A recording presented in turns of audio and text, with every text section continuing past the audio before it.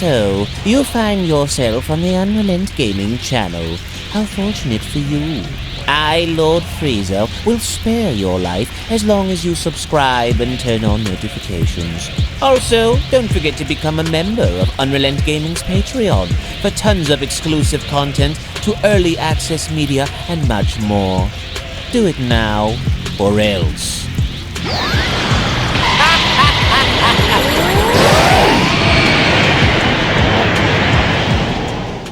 As the ultimate battle now involving the final villain within Dragon Ball Daima, with that having to be Super King Goma having to commence and continue against our heroes, Dragon Ball Daima now officially enters into its massive climax with a very shocking episode, as I want to welcome you all to my Dragon Ball Daima anime episode number 18 review. And man, oh man, the final sum of episodes for Dragon Ball Daima are forever going to be etched in history and remembered as some of the absolute best, I think, within the overall franchise that is of Dragon Ball. And it was right off the gate from the very beginning of this episode up until the very end, where we got to see non-stop action from start to finish, which was very, very fun to see, because right from the very beginning, as everyone, and I mean everyone, began to attack King Goma, King Goma had proven to be even stronger than Super Saiyan 3 Goku, having to obliterate and overtake everybody else that was left down on the battlefield. And it was only just upon with one of the Majins, Majin Du, being shown down on the ground with Majin Ku having to swing, I think it was a gigantic cookie, and throwing it directly in his mouth, where it had ultimately prompted Du in having to power up in such a way that it kind of almost seemed like he kind of had, in a way, like Super Saiyan 3 himself, because it was from out of nowhere we just see sporadically enough how he just began to grow all of these long horns behind them, which were very similar to that of Super Saiyan 3's hair. So to essentially see how Du was beginning to power up similar to that of Goku in having to grow out tentacles from behind his head, do we only then see how Super Saiyan 3 Goku, and dare I even say, I guess in a way, like a Super Saiyan 3-esque Majin Du, go at it against Goma at the same time, which was incredible to see go down, because the overall animation dynamics, the fight choreography was spectacular from start to finish, as it really almost looked as though this Super Saiyan 3-like variant of Du and Super Saiyan 3 Goku were really putting the beats on Goma, to the point where Goma was beginning to feel it. Goma was beginning to feel every bit of it, until Majin Du ended up completely caving and having to drain all of his stamina reserves, and from that point getting one-shotted by Goma, to where credit is due, because Tamagami 1, the Majins, everybody really tried to do their very best to try to get the better of Goma, up until Goku being the last person on the battlefield to try and do so, to inevitably enough see Goku try to stand up, only for Goma to continuously put him back down, do I think was desperately needed for this show, because this really went as far as to add that dynamic in having to see Goku struggle. And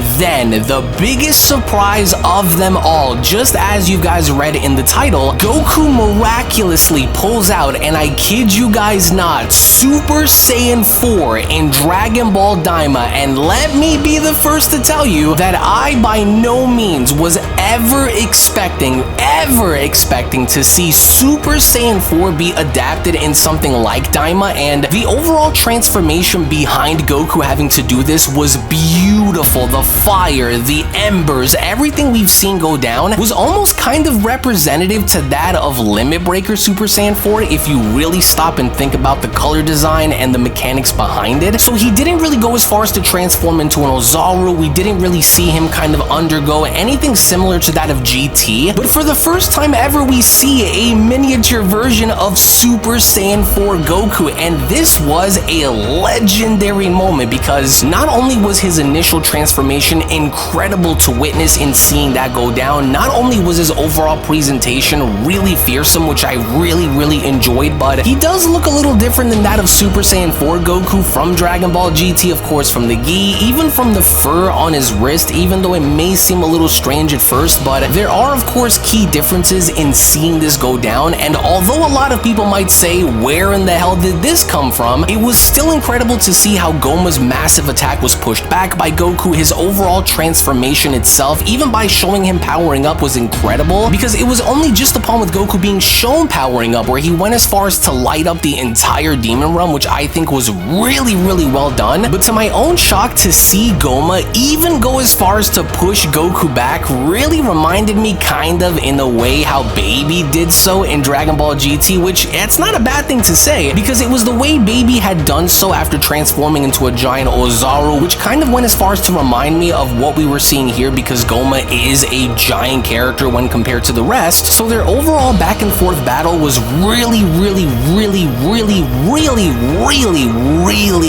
good, and god, the animation, the art, everything behind this, the sound design, everything was so well executed, to the point where Goku went as far as to push Goma again for the first time, because nobody had done so prior. But this didn't seem like it was going to be enough in the long haul of things, because it almost kind of looked as though this miniature version of Super Saiyan 4 Goku wasn't going to get the job done fully, and this was very evident based on how Glorio had went as far as to notice this, how everyone else had gone as far as to observe this, and even though Goku was on the winning side in going tit for tat against Goma, everyone still decided to rush on in anyways, which really didn't go as far as to do much in the case in point of putting Goma down, despite with Super Saiyan 4 Goku's assistance, which I'm not gonna lie to you, I think was really well done and needed for the show, because not only did this prove that Goma was formidable enough, and dare I even say for the power scalers, this could potentially put Goma as easily superseding that of Buhan, Kid Buu, and enemies of that nature from Dragon Ball Z, which again is a good thing because it goes as far as to show his resilience, his overall fearsome tenacity, and even to go as far as to fight off Super Saiyan 4 Goku towards like the latter half of the episode in knocking him seemingly almost unconscious, who I only think was really well done, only for Goku to kind of seem that way in a sense, until, although within that very moment it almost seemed as though Goku was fading in and out, he still managed to fire off a gigantic, a massive Kamehameha, which not only went as far as to completely overtake Goma in putting him down in a relatively fun way, but with our heroes kind of suspecting or at least assuming victory early on with Goku having to oversee the crater below, it inevitably turned out not to be the case, because Goma was in fact still alive, which again, I think in order to tell a good story, you really need a good villain to back that up. So the third eye really came in handy, which you gotta give credit to the third eye itself, because it really goes as far as to amplify the host by giving them tremendous levels of power, to which not even Super Saiyan 4 Goku was able to go and keep up with again. So the very moment Goma went as far as to reveal himself after Goku's post Kamehameha, did he only look to be even bigger than how he was before, which we're only going to assume that he's even stronger now than how he was a few minutes ago. When Goma managed to go as far as to wrap Goku within this energy barrier, we then see how he was then beginning to slowly drain him from Super Saiyan 4 back down to 3 and then 2, ultimately down to base, which inevitably had gone as far as to prompt Glorio in having to quickly take action, because with Goku now back to Super Saiyan / base, this was not by any means a good standing for our heroes, to which that was when Glorio had gone as far as to speak with Dr. Arinsu, and Arinsu, someone that we all had originally assumed was going to be probably the most sinister and most evil character among them all, actually gone as far as to come in handy during this event, because with Dr. Arinsu going as far as to relinquish her possession of the Dragon Ball and giving it on over to Glorio, we finally got to see how Glorio had went as far as to summon the dragon, which I want to go as far as to add one little thing before Glorio made his wish, and that's the dragon of the demon realm is literally just a red Porunga. I mean, they could have went as far as to change up the design or do something different. Case in point with Tarambo over on Planet Cereal, I think that was a very unique way of introducing a dragon that was kind of different in a sense, but to see a red version of Porunga was a little tacky. But by no means was this not a very cool moment, because the very second that Goma went as far as to see this, Goma actually attempted, yes, Goma actually attempted to attack the dragon. So that was undoubtedly something that I don't think that I've ever seen be done before, because typically enough, we've often seen people kind of try to use the dragons to grant their wish with, but instead, the episode ends off on a massive cliffhanger, which almost kind of gives off the indication that they are going to be reverted back to adults either way. So that really isn't something that is new, although it is interesting to see, because nobody really expected for this to happen, because, I mean, quite frankly, everyone had assumed that Glorio was going to be in on it for something for his own best interests, as the same thing with Dr. Arinsu and maybe even with Neva, but to see him actually do the right thing was the right call to make, because that's how powerful Goma was within the demon realm and fighting off everybody by himself, which even to go back to making the baby reference, in doing something that baby wasn't able to do, and that was subvert Goku's form, in not only go as far as to reverse his transformations and going from 4 to 3 to 2 to 1 to back down to his base form, but to kind of go as far as to see Goma still stand tall by the end of this episode, I think was good and really well needed for the villain side of things. But the one thing that really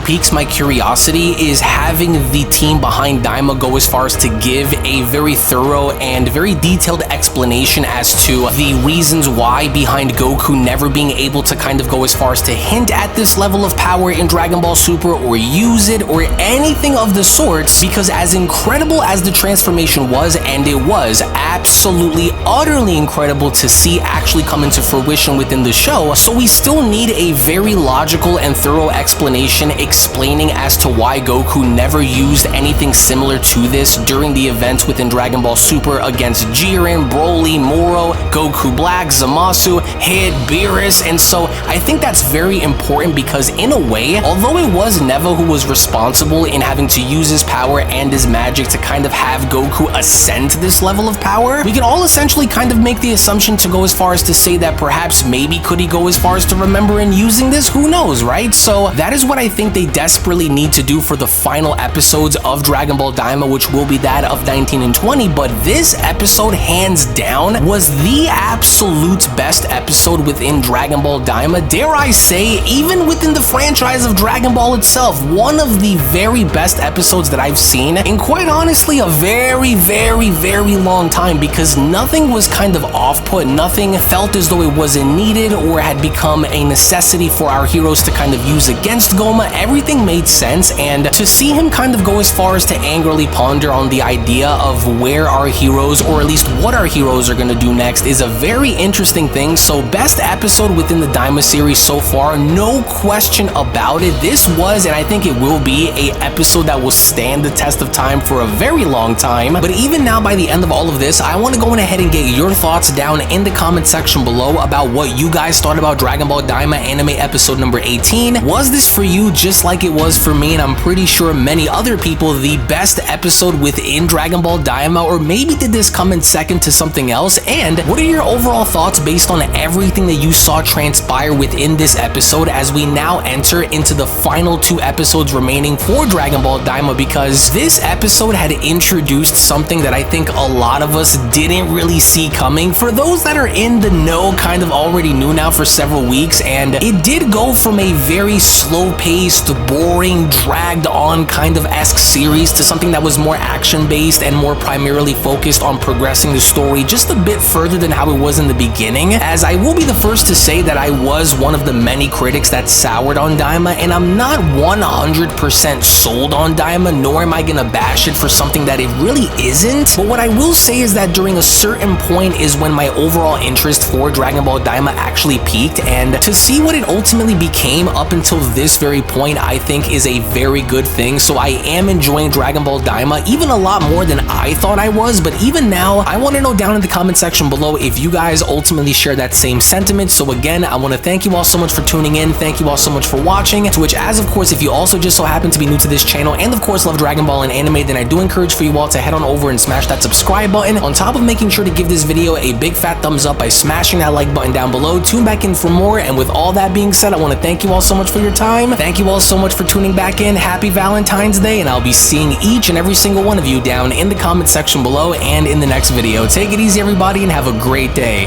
Peace. Hello. Did you know that you can stay up to date with the latest Dragon Ball content by simply subscribing to UnrealEntGaming? Also, don't forget to follow on these social media platforms, you sexy son of a bitch. Roshi. Silent Cell, me and the fans are having a moment. That's right. I know what you want. Extra long, thick Dragon Ball content. Quality reviews with flawless editing. Yeah, you'd like that, wouldn't you? You dirty bitch. Roshi, the fuck? God damn it, I need them to subscribe, Cell. And we're demonetized. Yeah, screw it. Let's cut to the video.